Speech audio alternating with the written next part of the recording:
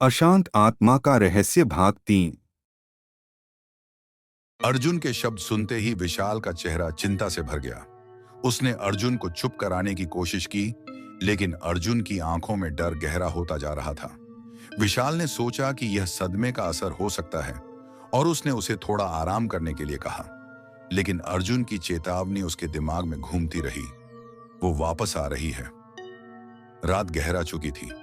बाहर की हवाएं और सर्द होती जा रही थीं। अर्जुन बिस्तर पर लेटा था, लेकिन उसकी नींद पूरी तरह टूट चुकी थी।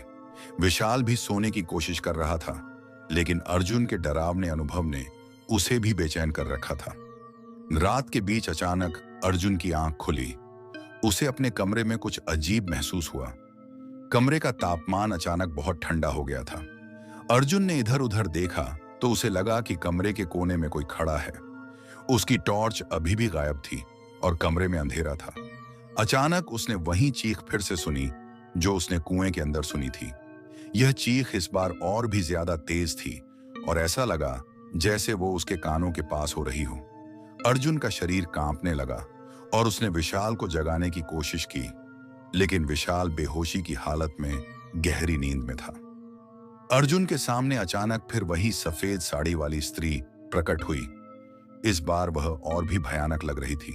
उसकी आंखें अब पूरी तरह से काली हो चुकी थीं और उसके चेहरे पर बड़े बड़े खून के धब्बे थे। उसका सिर टेढ़ा होकर अर्जुन की तरफ देख रहा था और उसके होंठ हिल रहे थे, लेकिन कोई आवाज नहीं आ रही थी। अर्जुन बिस्तर से भागने की कोशिश कर ही रहा था कि अचानक स्त्री ने अपना हाथ उठाया और अर्जुन के सामने हवा में लटक गया। अर्जुन के पैरों तले जमीन निकल गई और उसने खुद को पूरी तरह हवा में लटका हुआ पाया। स्त्री धीरे धीरे उसकी ओर बढ़ रही थी। अर्जुन के मुंह से चीख निकलने ही वाली थी कि तभी कमरे का दरवाजा जोर से खुला। दरवाजे पर खड़े थे गांव के पुजारी बाबा, जिनके हाथ में एक बड़ा त्रिशूल था। रुक जा, तू इस लड़के को नहीं छू सकती, बाबा ने जोर से कहा और स्त्री ने पीछे हटना शुरू कर दिया।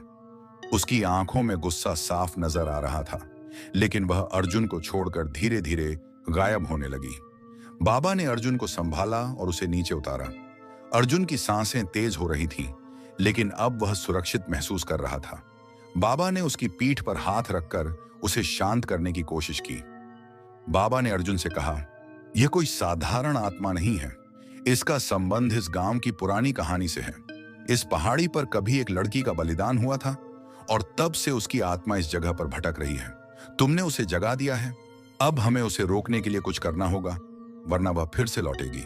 विशाल भी अब जाग चुका था और उसने बाबा से पूछा, क्या हम उसे रोक सकते हैं? बाबा ने गहरी सांस लेते हुए कहा, हमें गांव के सबसे पुराने मंदिर में जाकर पूजा करनी होगी। केवल वहीं उसकी आत्मा को शांत किया जा सकता है, लेकिन हमें जल्दी करनी होगी क्योंकि समय कम है।